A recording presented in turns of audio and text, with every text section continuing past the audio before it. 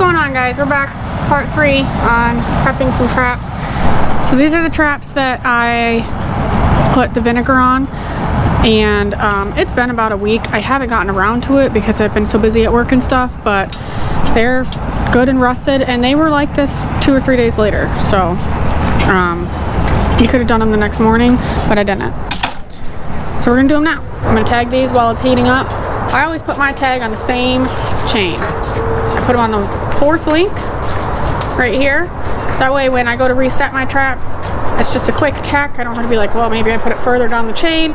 I know I put it on the 4th link. If it's not on that 4th link, I need to re-tag it. So, but I've never really had a tag fall off. So I'm gonna get this heated up, get these tagged real quick, and we'll get back to it. So it's just about steaming hot. I got 6 traps here. I wired them together. A piece of wire there in the swivel. We got this. It's not quite boiling, but they're gonna sit in there for about an hour anyways. So drop them in, and they're gonna sit. It's been about an hour. It is at a rolling boil now. Whew. That's it. I'm gonna hang them up, let them dry off a little bit, and then we'll wax them.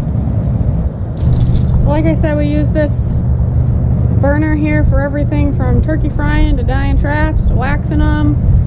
I mean, it's really handy. I think it was like, what, $75 at Dick's Sporting Goods. So it came with this pot here that I used to boil that water in. That's what we used to fry the turkey, but this gets the wax. It'll be melted down here in about 10 minutes.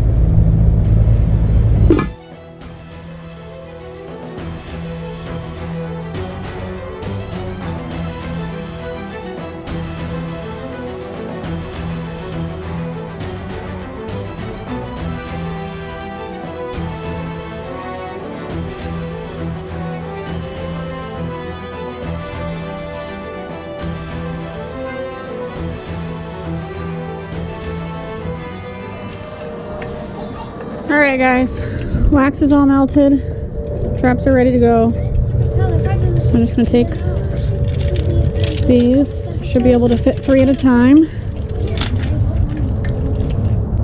Drop them right in there. I'm going to shake them around a little bit, make sure they're fully covered. I'll leave them in there for about a minute. I just want the traps to come to the temperature of the wax, and the wax will stick to the traps. So. Alright, so these should be good. It's been about a minute, you know. Just gotta get in there and find something to hook onto. Now's where I don't want to touch these, you know. So I'm gonna take these over here, hang it back up here.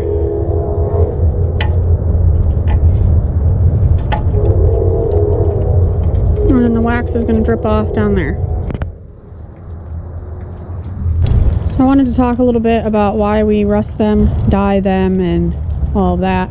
If you don't rust them, and you take it right out of the box, wash it off, and attempt to dye it, your trap's not going to take on the dye. We dye it because that makes it blend into the environment, and it also prevents further rust.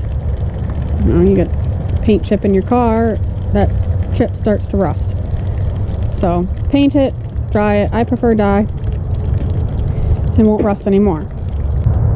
And then we wax it because, one, I think it's easier to set them once they are waxed, and when that tension is on the pan, it helps those jaws come up quicker.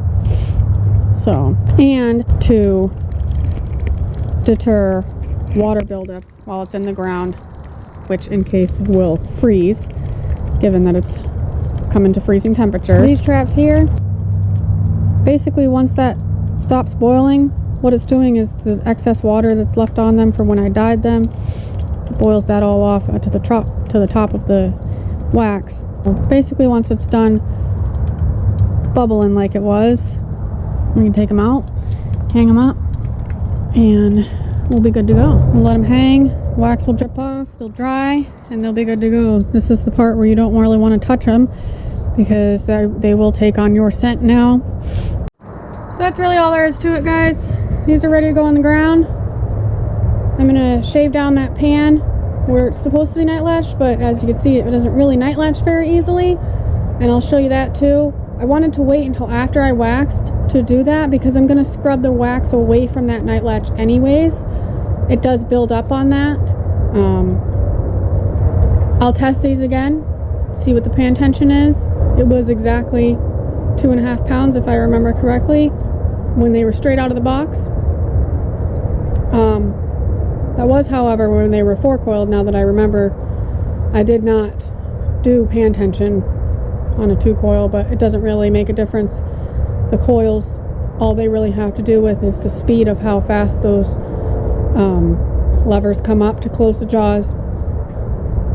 But like I said, I left one 4-coiled, so we'll see if there's a difference. That's all there is to it, guys. Make sure you like and subscribe. We'll be putting more videos out. Season's coming. It actually opens up tomorrow, but unfortunately I have to work all week, so my first sets in the ground will be on the weekend, but I'll make sure to get those videos around to you guys. I'll show you guys how I shaved down that pan, and hopefully it helps with the night latch. Take it easy.